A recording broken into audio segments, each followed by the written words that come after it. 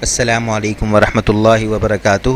عزیز طلباء اکرام، میرا نام سلمان محمود ہے اور ہم آپ کو تعلیم سے ہٹ کر کچھ ویڈیوز کی سیریز دکھا رہے ہیں۔ اسی سلسلے کی یہ ایک سیریز ہے، اس کا عنوان ہے دباؤ کو نظر انداز کرنا۔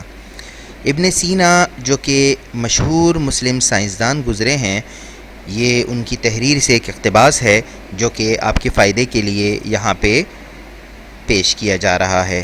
ابن سینا نے ایک تجربہ کیا۔ انہوں نے دو بکری کے میمنے، میمنا کہتے ہیں بکری کے بچے کو، دو بکری کے میمنے الگ الگ پنجرے میں رکھے۔ دونوں میمنے ایک ہی عمر، وزن اور نسل کے تھے اور دونوں کو ایک ہی قسم کا چارہ کھلایا گیا۔ دونوں کا ایک ہی طرح خیال رکھا، تمام حالات برابر رکھے۔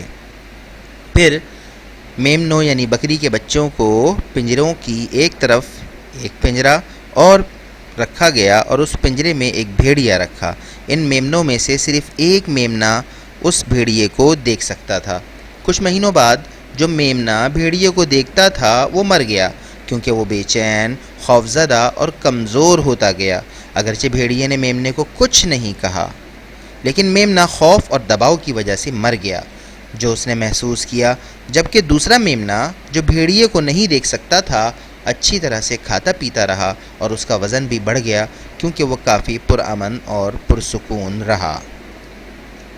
اس تجربے میں ابن سینا نے صحت اور جسم پر ذہنی اثرات کے مثبت اور منفی اثرات کا مشاہدہ کیا۔ چنانچہ غیر ضروری خوف، فکر، اضطراب اور تناؤ انسانی جسم کو نقصان پہنچاتے ہیں۔ اس پوری گفتگو کا حاصل کلام یہ نکلا کہ اگر آپ کو زندگی کی مشکلات کا سامنا کر کے آگے بڑھنا ہے تو اپنی راہ میں آنے والے غیر ضروری خوف، فکر اور دباؤ میں خود کو قید نہ کریں، نظر انداز کرنا سیکھیں، پھر آپ کامیابی کی منزل تک آسانی سے پہنچ جائیں گے۔ عزیز طلباء، آپ کو کیا لگتا ہے ہمیں اپنی منزل تک پہنچنے کے لیے اور کن باتوں کو نظر انداز رکھنا ہوگا؟ کمنٹ باکس میں ضرور مطلع کیجیے۔